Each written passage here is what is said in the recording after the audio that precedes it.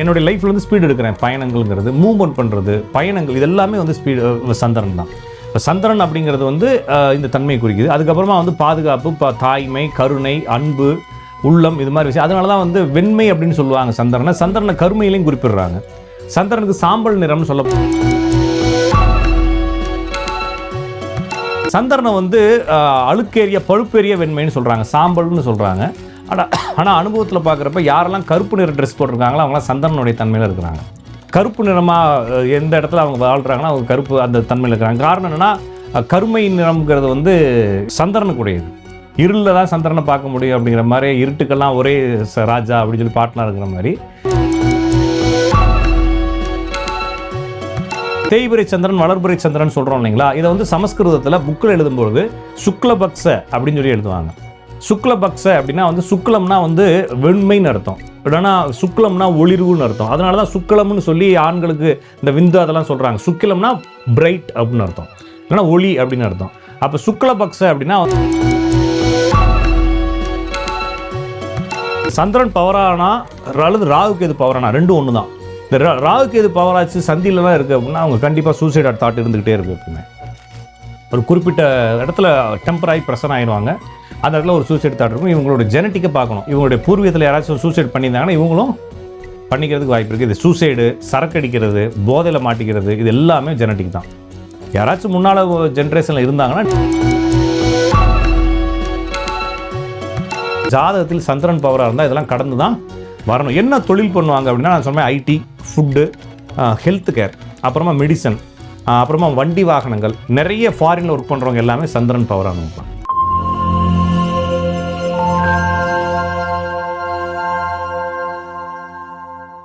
Cosmo view நேயர்கள் அனைவருக்கும் வணக்கம். இன்றைய நிகழ்ச்சியில ஜாதகம் குறித்து நமக்கு இருக்கக்கூடிய சந்தேகங்களுக்கு விளக்கம் கொடுக்கறதுக்காக ஜோதிட கலையரசு ராஜநாடி பார்த்திபன் அவர்கள் நம்ம கூட இணைந்திருக்காங்க. தொடர்ந்து நிறைய விஷயங்கள் பேசலாம். வணக்கம் சார். வணக்கங்க. எப்படி இருக்கீங்க சார்?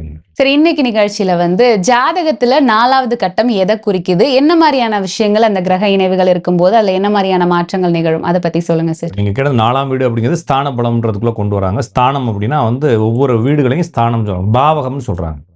பாவகம் எதுல இருந்து ஆரம்பிக்குது? லக்னத்துல இருந்து ஆரம்பிக்குது. லக்னம்ங்கிறது வந்து பூமியினுடைய ஒரு நிலை.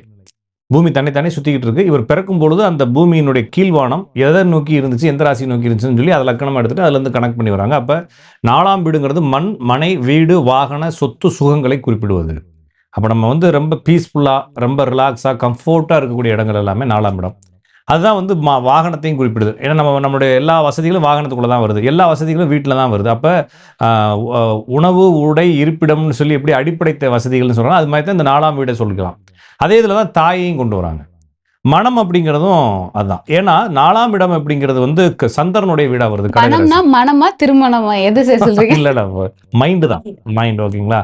அப்ப பொதுவா லக்னத்துல இருந்து 4ஆம் இடம். அப்ப லக்னம்ன்றது வந்து ஒரு ஸ்டாண்டர்டு, ஒரு டிசைன் இருக்கு.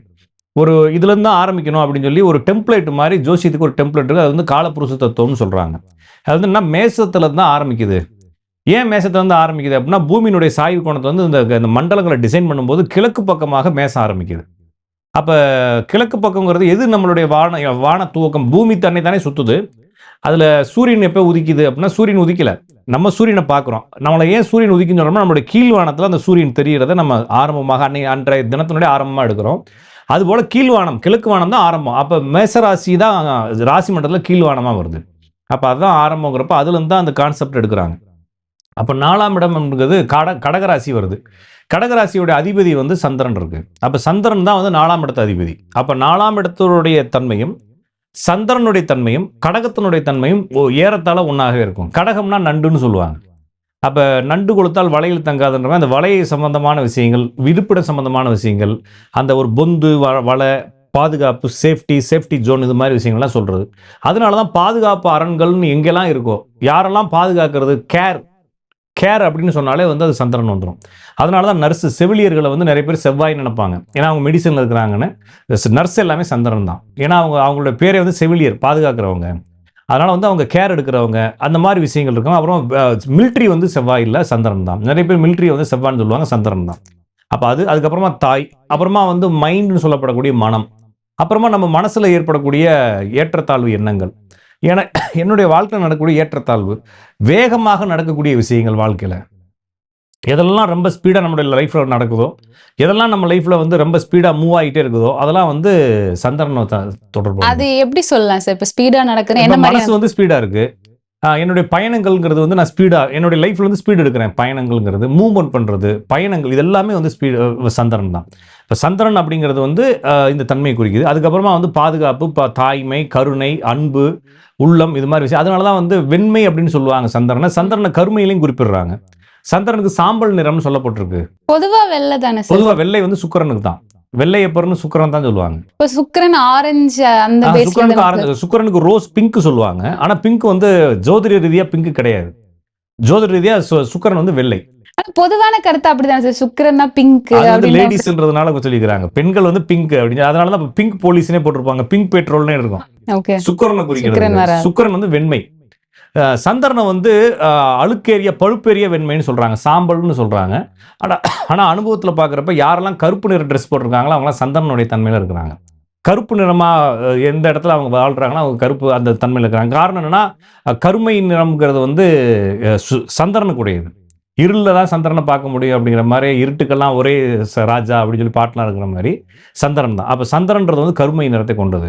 சரி, இது வந்து நம்மளுடைய வாழ்க்கையில இந்த கலர் ஒரு தாக்கத்தை ஏற்படுத்தும். ஆமாங்க. இப்போ சந்திரனுடைய தொழில்கள் எல்லாமே, இப்போ கேமரா இருக்கு, கேமரா எல்லாமே பிளாக்ல தான் இருக்கு. கேமரா ரூம்பு டார்க், அதுவும் டார்க் ரூம் தான் பேர். அது பேரே டார்க் ரூம் தான். மீடியாவில் வரவங்க எல்லா பேரும் பாருங்க, எல்லா சினி ஆக்டர்ஸுமே வந்து வரும்போது மேடைக்கு வரும்போது என்ன கலரில் வருவாங்க? பிளாக்ல தான் வருவாங்க. அப்போ வந்து சந்திரன் தான் பிளாக். நிறைய பேர் வந்து பிளாக்கை கொண்டு போய் சனியோட சொல்றாங்க. சனி வந்து ப்ளூ. ஆமா சார், கருப்பு சார்ந்த பொருள் எல்லாம் சனிங்கிறது ப்ளூ தான் வந்து சனி. ஓகேங்களா? இவங்க பேசிக்காவே குழப்பத்தில் இருக்கிறாங்க. இவங்க சனி கரெக்டாக நீல நிற கண்ணான்னு சொல்றாங்க, நீல நிறம்னு சொல்றாங்க சனிக்கு. ஆனா பேசுறப்ப கருமை நிறத்தை பூரா கொண்டு வந்து சனியோட அப்படி நினைக்க முடியாது. கருமை நிறத்துக்கும் சனிக்கும் சம்பந்தம் இல்லை. டார்க் ப்ளூ வந்து சனி. கருமை நிறத்தை என்ன சொல்றாங்கன்னா, கருமை செம்மையும் சேர்ந்த ஒரு ஒரு மாதிரி அந்த ஒரு காவி கலர்னு சொல்றோம் இல்லைங்களா, இது வந்து கேது. Pure black. நான் சொல்றது அந்த அட்டக்கருப்புன்னு சொல்றோம் இல்லைங்களா, அது வந்து ராகு. கொஞ்சம் ஒரு மாதிரி இந்த காக்கா பிளாக்னு சொல்றது வந்து சந்திரன். அதுலேயும் பழுப்பேறிய கருப்பு, பழுப்பேறிய வெளுப்பு, இது ரெண்டுமே சந்திரன். அப்போ இந்த தன்மை குறிக்குது சந்திரன். இந்த 4ஆம் வீடுங்கிறது இதுதான் குறிக்கிறது. அப்போ இருள் அப்படிங்கிறது வந்து சந்திரனுடைய ஒரு தன்மையாக இருக்கிறதுனால, அதனால வந்து மேக்சிமம் கிருஷ்ணன் அப்படின்னு பேர் வருது இல்லைங்களா. கிருஷ்ணன் என்னது? அவர் பேரே வந்து கருமை நிற கண்ணா. கருப்பு அப்படின்னா கிருஷ்ணன் அர்த்தம், கிருஷ்ணா இருள்னு அர்த்தம். அதனால தான் வந்து இப்போ நம்ம தேய்பிரை சந்திரன், வளர்பிறை சந்திரன் சொல்கிறோம் இல்லைங்களா, இதை வந்து சமஸ்கிருதத்தில் புக்கில் எழுதும்போது சுக்லபக்ஷ அப்படின்னு சொல்லி எழுதுவாங்க. சுக்லபக்ஷ அப்படின்னா வந்து சுக்லம்னா வந்து வெண்மைன்னு அர்த்தம், இல்லைன்னா சுக்லம்னா ஒளிர்வுன்னு அர்த்தம். அதனால தான் சுக்லம்னு சொல்லி ஆண்களுக்கு இந்த விந்து அதெல்லாம் சொல்கிறாங்க. சுக்கிலம்னா பிரைட் அப்படின்னு அர்த்தம், இல்லைன்னா ஒளி அப்படின்னு அர்த்தம். அப்போ சுக்லபக்ஷ அப்படின்னா வந்து சந்திரன் வந்து சுக்லபக்ஷம் பிரைட்னஸுக்கு போகுதுன்னு அர்த்தம். கிருஷ்ணபட்ச அப்படின்னா வந்து சந்திரன் இருளுக்கு வருதுன்னு அர்த்தம். அப்போ கிருஷ்ணன்ற பேர் யாருக்கு வந்துச்சு அப்படின்னா சந்திரனுக்கு தான் வந்துச்சு. அப்போ மேக்ஸிமம் கிருஷ்ணான்னு பேர் வச்சுருக்கவங்க எல்லாருக்குமே பார்த்தீங்கன்னா சந்திரன் பவராக இருக்கும். ஆட்டோமொபைலில் இருப்பாங்க, ஃபுட்டில் இருப்பாங்க, வெளிநாடுகளில் இருப்பாங்க, ஐடியில் இருப்பாங்க, மீடியாவில் இருப்பாங்க. இந்த கிறிஸ்துன்னு பேர் வர்றது எல்லாமே இந்த தன்மையில் தான் இருப்பாங்க. அவங்க மேக்ஸிமம் வந்து மார்க்கெட்டிங், மீடியா பார்த்தீங்கன்னா ஹீரோ. கிருஷ்ணன் தானே ஹீரோ, இந்தியாவுக்கே ஹீரோ அவர் தானே. அவர் தானே வந்து அந்த இந்த எல்லாத்துக்குமே ஹீரோ அவர் தானே இல்லைங்களா. அந்த மாதிரி தன்மையில் இருப்பாங்கன்னு புரிஞ்சுக்கணும். அப்போ வந்து சந்திரன் என்பது இந்த 4ஆம் வீட்டை குறிக்கிறது. அப்போ 4ஆம் வீடு எதையெல்லாம் குறிக்குதோ அது சந்திரனை வச்சு தெரிஞ்சுக்கலாம். சந்திரன் எதையெல்லாம் குறிக்குதோ அதெல்லாம் 4ஆம் வீட்டு காரகமாகவும் எடுத்துக்கலாம். இது வந்து காரகத்தை இப்போ டிசைன் பண்ணுறதா. அப்போ இந்த விஷயங்கள் நிறைய பேர் நினைக்கிறாங்கன்னா 4ஆம் இடம் கெட்டு போச்சா நல்லா இருக்கான்னு பார்க்குறாங்க. அப்படின்னா ஒன்றுமே கிடையாது.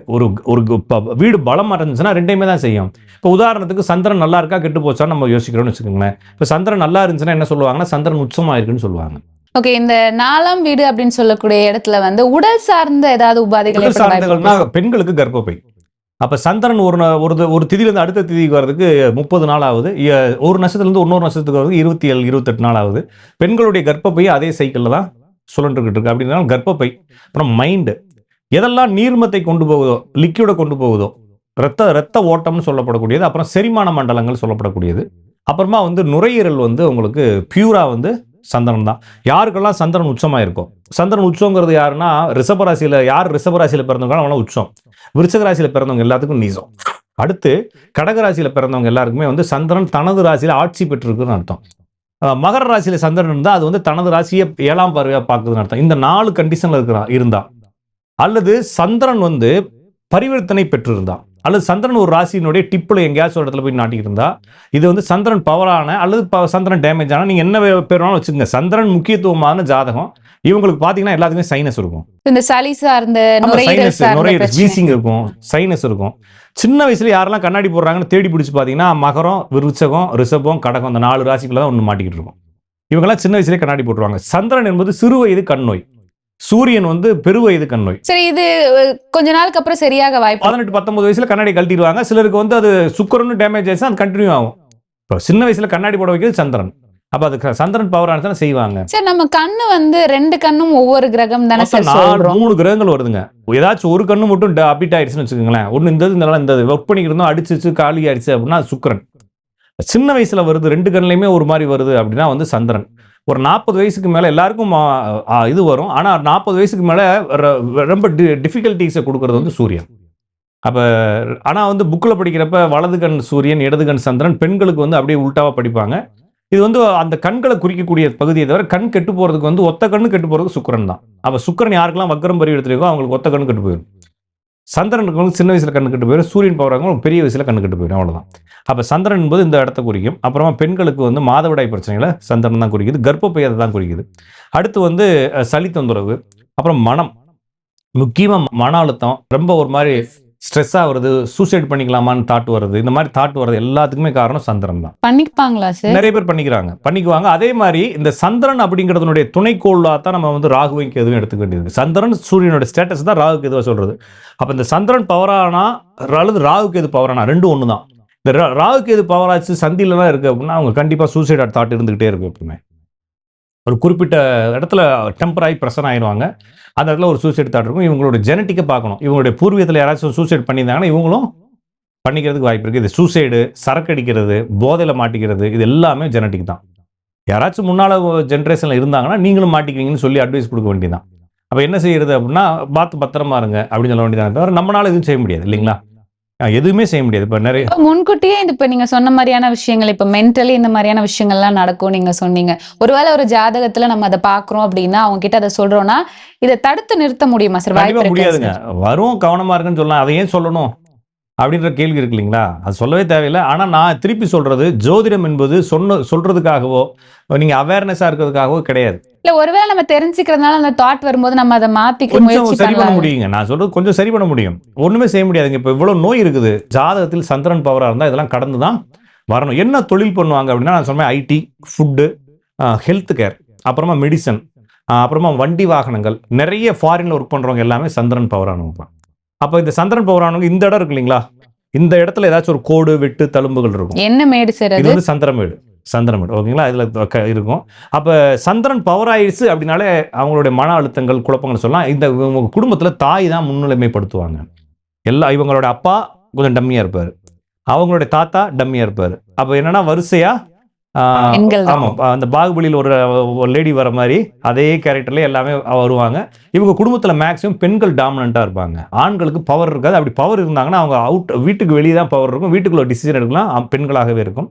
மன அழுத்தங்கள், குழப்பங்கள், முடிவெடுக்க முடியாத சிச்சுவேஷன்கள், ஒரு மாதிரி டிப்ரெஷன் ஆகுறது, இந்த மாதிரி குழப்பங்கள் எப்பயுமே இருக்கும்.